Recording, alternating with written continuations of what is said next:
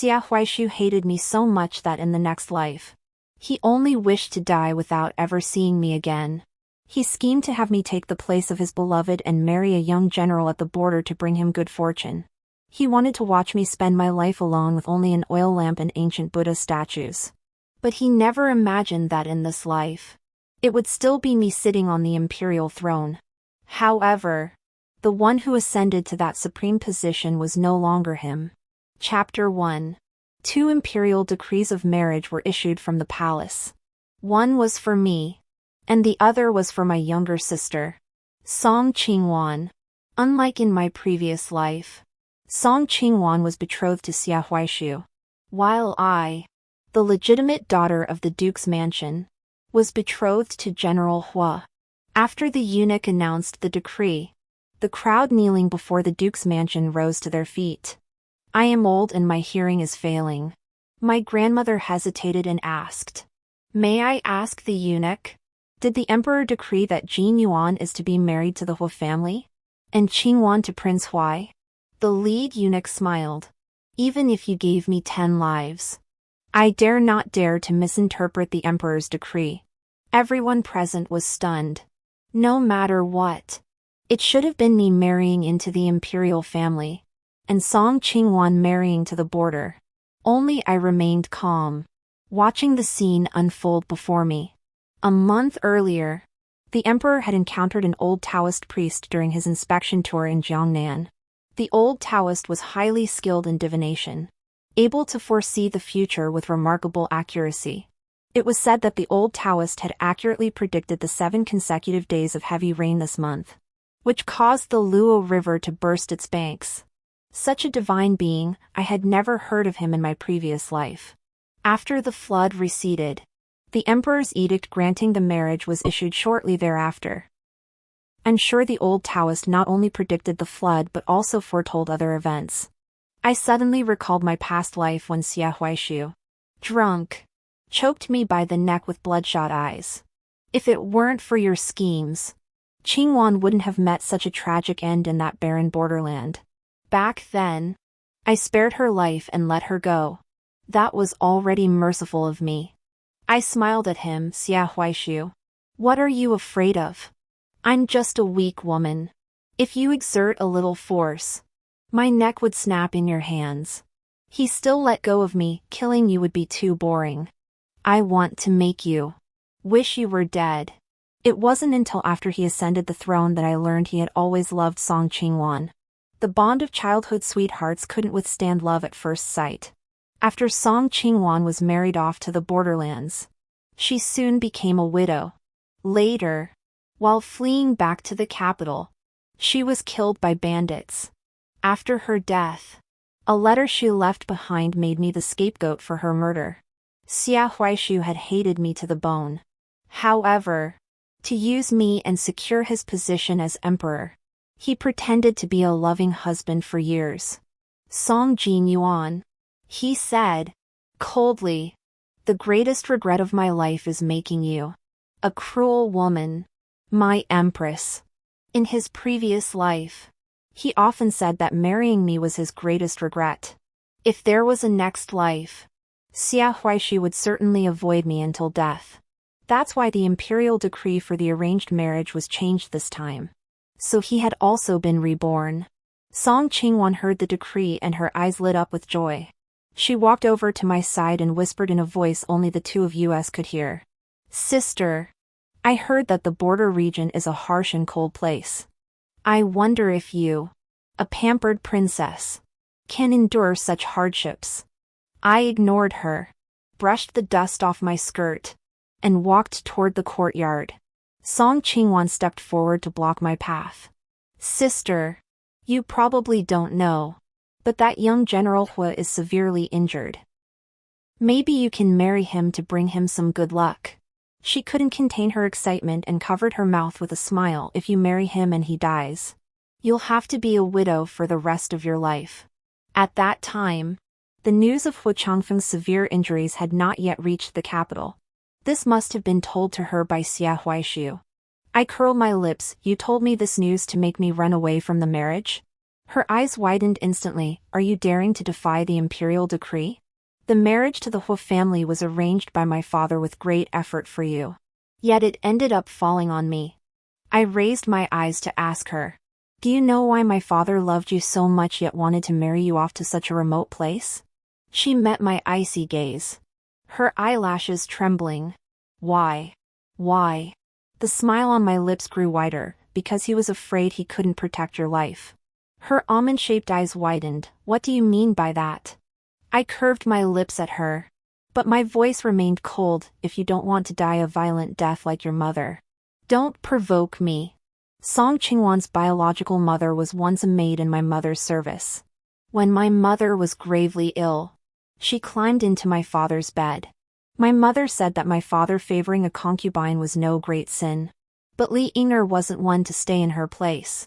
She came from a brothel, was beautiful, and had entered the mansion with the intention of climbing her way to become the mistress. However, when she entered the mansion, it was just after my father and mother had recently married. My father sent Li Ying'er to serve in my mother's quarters. My mother was strict in managing her servants, and Li Ying'er had long harbored resentment toward her. She used the pretext of caring for my mother to have an affair with my father in a side room. She let the sounds of their lovemaking drift into my mother's room. However, at that time, my mother had no time to deal with her. She was busy arranging my future before she died.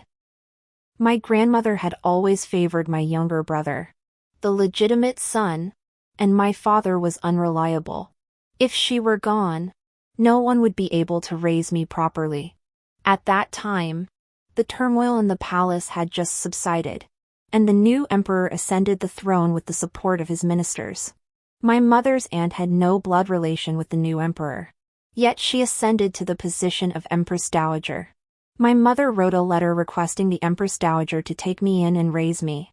But the old nurse who attended her closely advised, the empress dowager is cunning and calculating.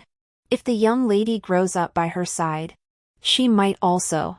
Your aunt is the wisest woman in our clan. She merely obtained the power and influence she desired. If she were a man, no one would accuse her of being calculating. If Jin Yuan were under her protection, she would surely grow up safely and smoothly. My mother covered her mouth with her hand and coughed twice, blood seeping through her fingers. She merely wiped it away with a silk handkerchief and continued writing. The candlelight illuminated my mother's gentle features, and the ink from her pen smudged on the paper. She said, "In truth, what does it matter if one has a calculating mind, as long as one can protect oneself and obtain what one desires?" When my mother passed away, I was only 2 years old and was taken into the palace by the Empress Dowager to be raised. On the day I returned to the Duke's mansion after coming of age, I asked the Empress Dowager, "Empress Dowager, last month when I left the palace, I encountered Yunxiu, who had once served by my mother's side. She told me that although my mother was gravely ill at the time, the imperial physician said she could live for another 2 years. Why then did she not survive beyond 2 years? I remember the imperial physician said your mother died of an incurable illness." The Empress Dowager paused in her movement of holding the teacup, a flash of cruelty crossing her eyes. Perhaps the imperial physician's words cannot be fully trusted. I have investigated. The imperial physician who treated my mother passed away 3 months after retiring to his hometown. Those who served by her side have either died or been sold into slavery. What did you find out? I lowered my eyes and said, "We couldn't find anything about the people who served my mother. So I had someone from my grandmother's entourage bound and interrogated using palace methods. They revealed that my mother died from a sudden attack of anger. Your father and grandmother were renowned for their dignity. High-ranking families are like that, they always avoid exposing family scandals." The Empress Dowager sneered, her gaze fixed on me. "What do you intend to do?" I looked at her intently and said, "Family scandals should not be exposed. Your words are enough for me." On the day I returned to the mansion, the old woman Zhao, who had been kidnapped by bandits, was also redeemed by my grandmother and returned to the duke's mansion. Zhao's wounds had not yet healed, but she was eager to return to my grandmother's side to serve her. When I went to pay my respects to my grandmother, Lady Li also arrived. Shortly after I entered the palace, she gave birth to shuangwen, and in recent years, she has also given birth to a son. My father dotes on her, and she is dressed in silk and brocade, adorned in luxurious finery, behaving like a proper wife, with no trace of her status as merely a concubine in the mansion. Li Ai, naturally, grew arrogant from her favor, and my grandmother grew increasingly displeased with her. When Aunt Li knelt down to pay her respects, my grandmother did not allow her to rise, instead continuing to make small talk with me. Soon, Aunt Zhao brought out the tea. This is the rain before the dragonwell tea that the eldest miss brought from the palace. I used snow water collected from plum blossoms last year to brew it. My grandmother took a sip from the teacup and said to me, "This tea is truly fragrant. The Empress Dowager's gifts to you are indeed of the highest quality." I held the teacup and looked at Aunt Li, who was kneeling on the ground, and said softly, "Auntie, please try this tea as well." Only then did grandmother allow Aunt Li to rise. Aunt Li took the teacup handed to her by Zhao Ma, drank 2 sips, and then set it down. Her expression was displeased. She stood up and bowed to my grandmother, saying, "Madam, I am not feeling well. I will take my leave." My grandmother watched her departing figure and snorted coldly. Look at her arrogant manner. Such fine tea, and she drinks it as if she's had it all her life. Your father has been bewitched by her. Whatever good things there are in the mansion, he sends them all to her courtyard. I tugged at my lips, but the smile didn't reach my eyes. Lady Li has borne children for the duke's mansion. It's only natural that father favors her. The grandmother looked at me and said, "The children she bore are merely illegitimate. How can they compare to you and Yuangu, the legitimate children?" Whether they were legitimate or illegitimate, I didn't care. I only cared whether anyone would stand in the way of my brother and me. When my brother was young, grandmother spoiled him excessively. She felt sorry for him having to go to school even on snowy days. So he hadn't even started his formal education by the age of 6. I pleaded with the Empress Dowager for a long time to give Song Yuan the opportunity to enter the palace as a companion to the prince. I urged him to study diligently every day, which is why he has the knowledge he has today. Today, Lady Li is wearing a gold hairpin shaped like a peony. This peony design is reserved for the main wife.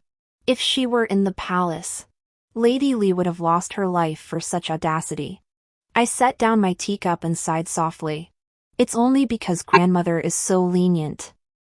Everyone in the mansion knew that grandmother and Lady Li had been at odds for years, and now grandmother had finally found an excuse to deal with her.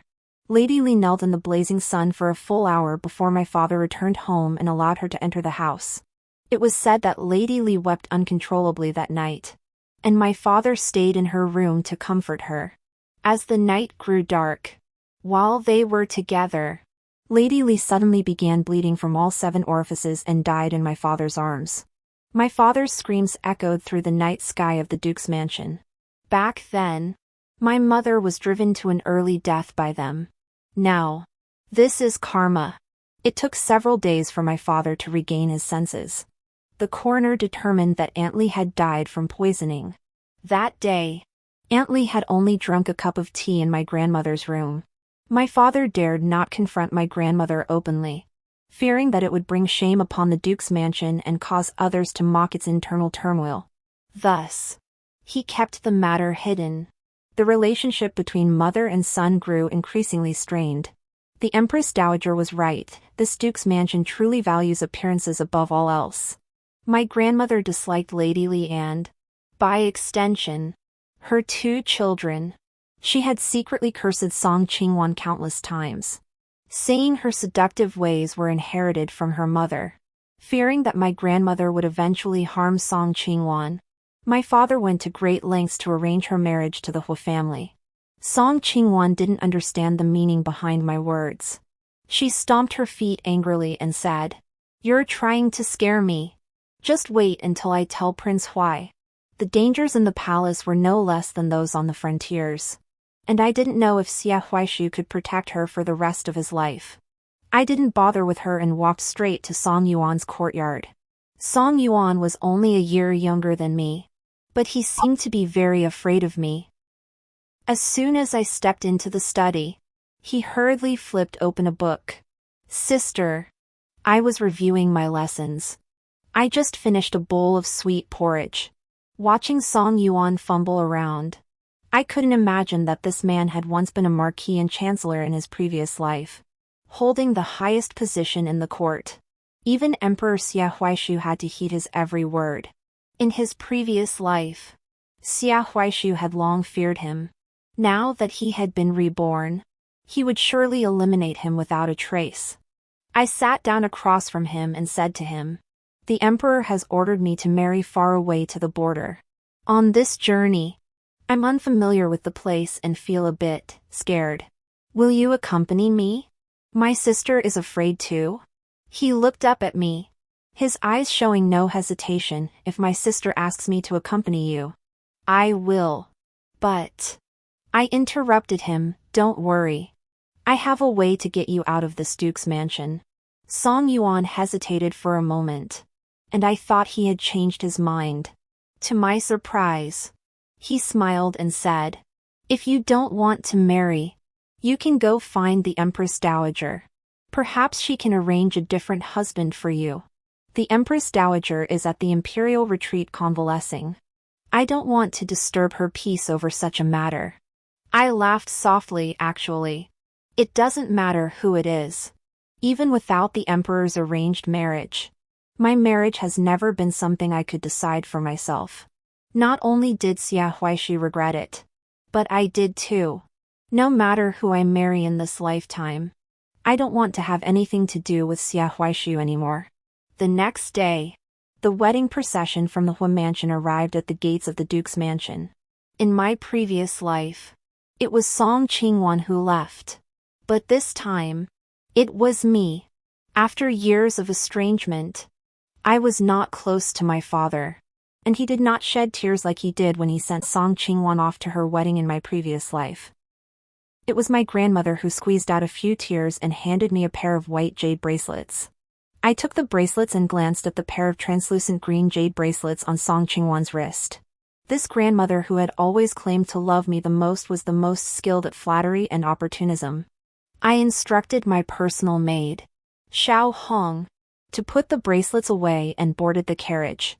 As the curtain fell, I heard my father ask the steward, "Where is Song Yuan?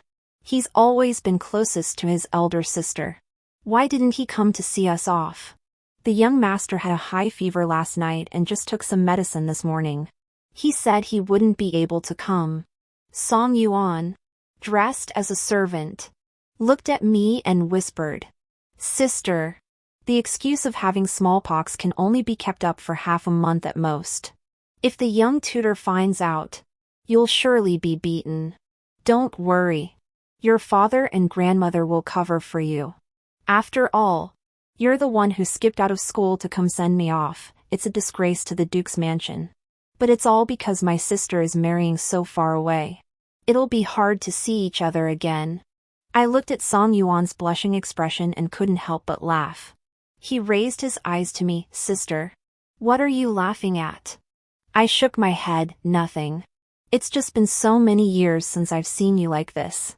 In my previous life, after Song Yuan entered officialdom, the clarity in his eyes had vanished, replaced by growing cruelty. It was he who supported me, ensuring my secure position in the imperial harem. Song Yuan and I traveled together, enjoying the scenery, and our pace was much slower. By the time the carriages reached Ningyuan City, General Hua had already passed away. The general's mansion was shrouded in mourning, with funeral banners hanging low. "You kept this news hidden all the way here just to lure my sister to the border?" Song Yuan clenched his fists tightly, looking at me with concern. You are the legitimate daughter of the Duke's mansion. How could you endure such humiliation? In my previous life, I had been married to Xiaohuaishu for 20 years. I knew his ways too well.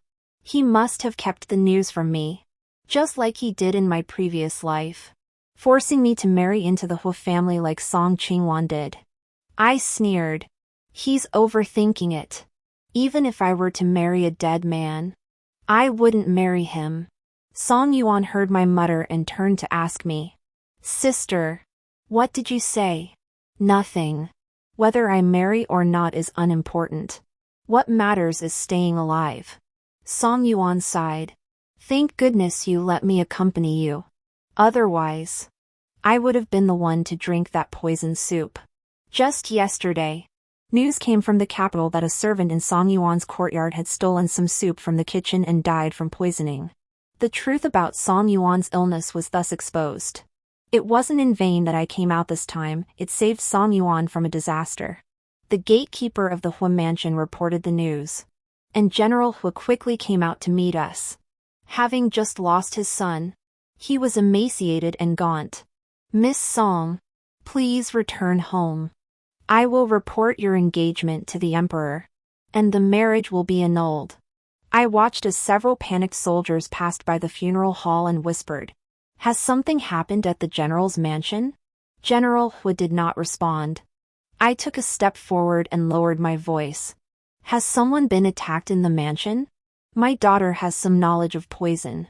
General Hu's expression grew serious, and he hurriedly said, Miss Song, please follow me. I was led into a room by General Hu. As soon as I stepped inside, the smell of blood hit me. On the bed lay a man with no color in his face and lips turning purple. I recognized him. It was Xia Yuan. In my previous life, aside from Song Yuan, the person Xiaohuaishu feared most was this renowned general, the Prince of Su, whose military achievements overshadowed even the emperor. The military doctor handed me a small piece of an arrowhead removed from Xia Yuan's body. This is the poisoned arrow taken from the prince's body. I have temporarily suppressed the poison's effects, but my knowledge is limited, and I cannot identify the poison or prepare an antidote. Do you recognize this poison? I took the poisoned arrow and looked at Lin, the deputy general beside Xia Yuan. This sleeve arrow can shoot up to 6 zheng. There must be a traitor within the general's mansion. Everyone in the mansion has been taken under control, but the prince's poison has already taken effect. It's too late to interrogate them now. I took the poisoned arrow and walked out of the room. The mansion guards were waiting in the courtyard.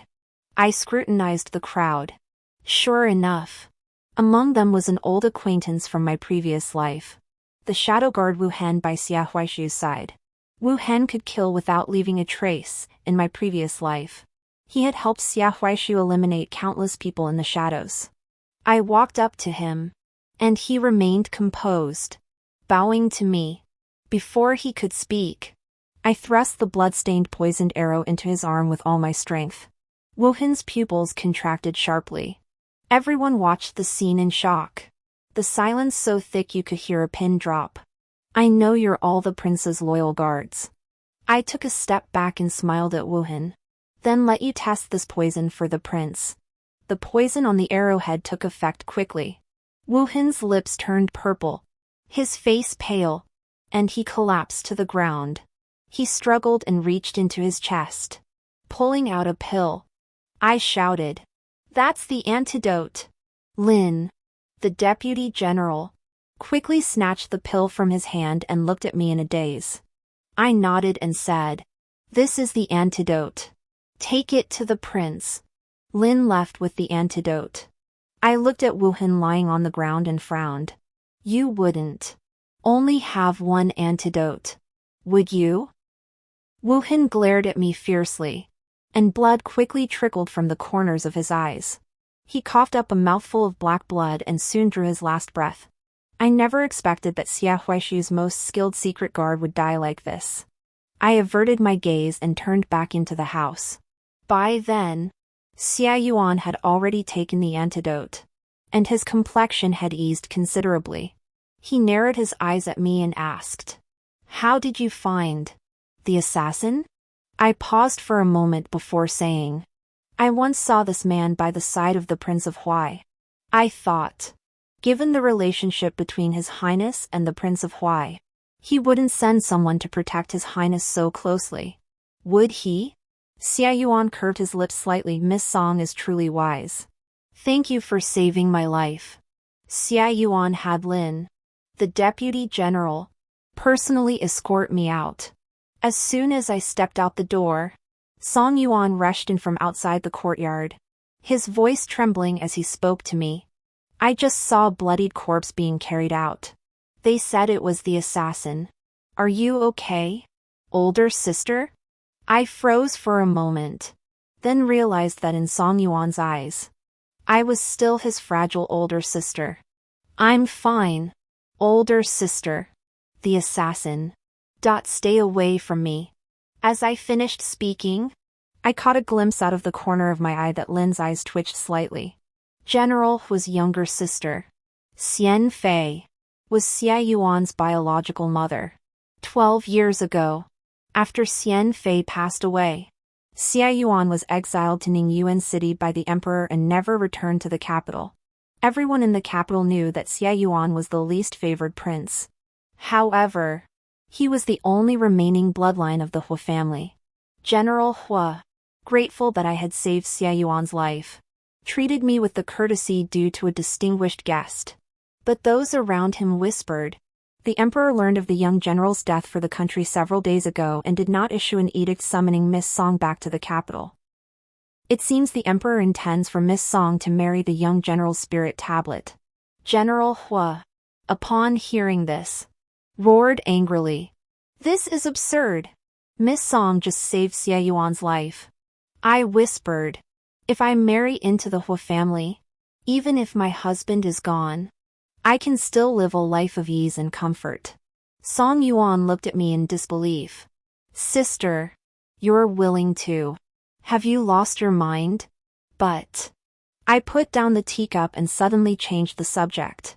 "Compared to this, General, you should think carefully about the assassin. He is under the command of Prince Hui. If Prince Hui ascends the throne in the future, both Prince Su and the Hu family will have no way to survive." General Hu narrowed his eyes. "What do you mean, miss?" Song Yuan hurriedly covered my mouth. "My sister is just a weak woman. Don't take her words to heart." General Hu.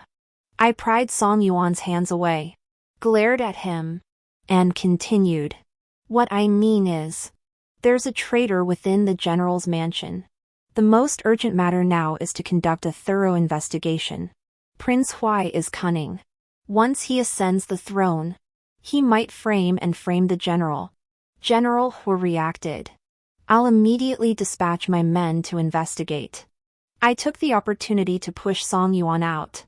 My younger brother is not only intelligent but also meticulous in his thinking. He might be able to assist the general. General Hu nodded. "Then we'll trouble Mr. Song." After Song Yuan bowed and withdrew, he whispered in my ear, "So that's what my sister meant." I thought, "What did you think?" Song Yuan rolled his eyes. "Nothing." I sneered inwardly. Did Song Yuan just think I was trying to incite the Hu family to rebel and have Xia Yuan compete with Xia Huaishu, the eldest son, for the throne? Such a thing couldn't be said outright. Of course, I had to use some tactics and stir things up behind the scenes. In a previous life, the Hu family, a clan of noble officials for generations, had fallen into decline due to a war. The soldiers sent to request reinforcements were killed, and General Hu led his 5,000 elite troops in a desperate 7-day battle, only to be slaughtered by tens of thousands of enemy soldiers. Xia Huaishu seemed to have known about this in advance and had already sent men to Ningyuan City to escort Song Qingwan back to the capital. However, when Song Qingwan returned to the capital with the money, she was killed by bandits. Xia Huaishu's men only found her body when he presented the letter filled with hatred that Song Qingwan had left in her embrace and confronted me. The news of General Hua's death had not yet reached the capital. At that moment, I wondered how Xia Huaishu could have known the situation at the border in advance. Unless this was all part of his plan. At my reminder, Song Yuan began investigating the assets of the soldiers under General Hua. He soon discovered that the mother of one of General Hua's close confidants, who came from a poor background, actually owned a mansion in the capital. Under severe torture, she confessed that the mansion had been gifted by Lu Xiang. Lu Xiang was none other than Xia Huaishu's maternal grandfather. In his previous life, Lu Xiang had plotted to eliminate rivals and secure Xia Huaishu's early ascension to the throne by orchestrating the execution of General Hua, a loyal general. After General Hua's death, the border regions fell, and Xia Huaishu was forced to cede territory to seek peace. Had it not been for Xia Yuan's months-long fierce battles, driving the enemy back 300 li, Xia Huaishu's kingdom would have been at the mercy of others. General Hua, upon seeing the blood-stained confession, immediately ordered military execution and the beheading of the traitor. I gave Song Yuan a meaningful glance. Song Yuan stood up and pleaded, "General Hua, if you kill him now, it might alert the enemy and they might plant other traitors among your ranks. Spare his life, and whatever information he sends back in the future will still be under your control." I stared at Song Yuan, as if I were seeing the cunning strategist Song Xiang from my previous life. He truly was the man I had nurtured with all my heart. At that moment, I did not notice that my expression had been fully observed by Xia Yuan, who was sitting across from me. The smile on my lips had not yet faded when I raised my eyes to meet his gaze. It carried a hint of scrutiny. He curved his lips and asked me. I seem to recall that in the palace, Miss Song always treated the second prince the best. Why is that now? My heart sank suddenly. Xia Huaishu and I had been childhood sweethearts. Everyone knew I was deeply in love with him. Yet now, I had suddenly become his sworn enemy. I couldn't possibly explain to Xia Yuan that it was because I had been reborn that I felt this way. Could I? At that moment, General Hua cleared his throat. Miss Song is a woman of great virtue. She wouldn't dwell on such trivial matters of the heart. My posture suddenly straightened. After the banquet ended, Song Yuan pondered for a moment, then quickly walked over to my side and asked, "Everyone used to say that you would marry Prince Huai, and I always thought you were in love with him. But now it seems that's not the case." I curved my lips, preparing to hear him praise my wisdom, but suddenly heard him say, "Could it be that you are in love with Prince Su?" My feet stumbled, and I nearly fell down the stone steps. I didn't. I turned and glared at Song Yuan, only to see Xia Yuan standing not far away, looking in my direction. I froze for a moment, then quickly ran away. Song Yuan followed behind me, asking, "Sister, if you didn't, then why are you running?"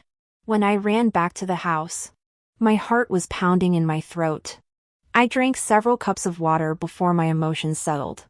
I had thought that even if we had been entangled in a previous life, meeting Xia Yuan again in this life would be like meeting a stranger. My mind was restless, and I didn't fall asleep until late at night. In a daze, I dreamed of my previous life. At that time, Xia Huaishu had already secured the throne and made me his empress.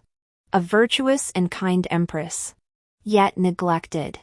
I accompanied Xia Huaishu to the throne, but I didn't know when our once deep love had turned into strangers. Xia Huaishu's most favored concubine looked like me in her eyes and had a personality similar to mine in the past. Everyone said that Xia Huaishu still had feelings for me, but I found it laughable. I wasn't even dead yet, and he had already found a replacement. That replacement, relying on her favor, dared to offend me. I had her kneel at the palace gates as punishment. Within just 2 hours, blood pooled beneath her. The imperial physician said she had miscarried. Xia Huaishu was enraged and ordered me to copy Buddhist scriptures in the Buddha Hall for a month. It was during that time that I discovered the Buddha Hall in the palace. the most peaceful and serene place. When I couldn't sleep, I often went there to rest. One quiet night, I was lying on the desk when I was awakened by the sound of movement behind the screen. Your Majesty, I have investigated and found that Lady Lan was not pregnant. She bribed the imperial physician to frame the empress. I know. Xiaohuaishu stared at an unnamed tablet before the Buddha statue and coldly said, I deliberately punished her to copy sutras here, to make her kneel before Qingwan's spirit tablet every day and atone for her sins. If it weren't for her, Qingwan would never have met such a tragic end in a barbarian land. Qingwan. That unnamed tablet was actually Song Qingwan's. I realized that compared to me, Lady Lan's features bore a stronger resemblance to Song Qingwan's. After Song Qingwan's death, Xiaohuaishu had shown me her suicide note and confronted me with it. He believed my explanation. He even comforted me, saying he understood me and that I could never be as cruel as the letter claimed. So he was lying to me all along when he said he trusted me. I had almost forgotten about Song Qingwan, but I never imagined that the Song Qingwan who had been dead for so long was the one in Xiaohuaishu's heart. Xiaohuaishu asked Wuhan, Are all the preparations ready? Everything is ready. But Your Majesty, no matter how much you despise her, she is still the Empress. Doing this might tarnish Your Majesty's reputation. Just make sure it's done discreetly. If she hadn't threatened her father to send Qingwan to the border, Qingwan wouldn't have lost her purity and been raped to death. Xiaohuaishu's voice was cold and ruthless as he gritted his teeth and said, I will make her taste that humiliation as well. After so many years of marriage, he actually wanted to use such a despicable method to kill me. I shivered with cold, hiding behind the screen, my limbs stiff for a long time. Later, Wuhan couldn't find an opportunity to act in my chambers, so he had to wait until the mid-autumn banquet. At the banquet, I swapped the poisoned wine with Xiaohuaishu, who then bestowed it upon Xia Yuan, who had just been rewarded for his military achievements. Xia Yuan couldn't hold his liquor and retired to the side hall to rest. I stared at the unnatural flush on his face and sensed something was terribly wrong. Before returning to my chambers, I sneaked to the side hall. I took out the antidote I had prepared and was about to feed it to him when he suddenly opened his eyes. He grabbed my wrist tightly. The heat from his palm seeped through the fabric, making the air feel scorching. I looked at him and whispered, The wine you drank was laced with poison by Xiaohuaishu. This is the antidote. He furrowed his brows and asked in a hoarse voice. Then, where is the antidote? The pill in my hand had fallen to the ground earlier due to his movement, and I had no idea where it had rolled to. My voice trembled. It fell. Xia Yuan took a deep breath. If you run out now, you might still have a chance to survive. I took 2 steps back, then stopped and walked up to Xia Yuan. I wrapped my arms around his shoulders and looked up at him. If I run away, I'll truly have no way out. Xia Yuan's eyes darkened, filled with pain. He didn't understand the meaning behind my words, nor did he have time to think it through. His grip on my waist was so tight it hurt. Xia Yuan lowered his head and kissed my lips fiercely. The night was deep, and dew fell on the peony flowers outside the window. I was thrown onto a soft couch, and Xia Yuan grabbed my ankles, pulling me into a sea of heat. It wasn't until dawn that I dragged my exhausted body back to my own chambers. By then, the guards who had been ordered to ruin my reputation had been turned into bloody corpses and carried out of the palace. Xiaohuaishu mocked me. Song Jin Yuan, how dare you do such a shameful thing and still have the nerve to sit on the empress's throne? I lowered my eyes to my nails, freshly painted with coal, and smiled. Your Majesty, I tried it with others first to see that your skills in bed are nothing special.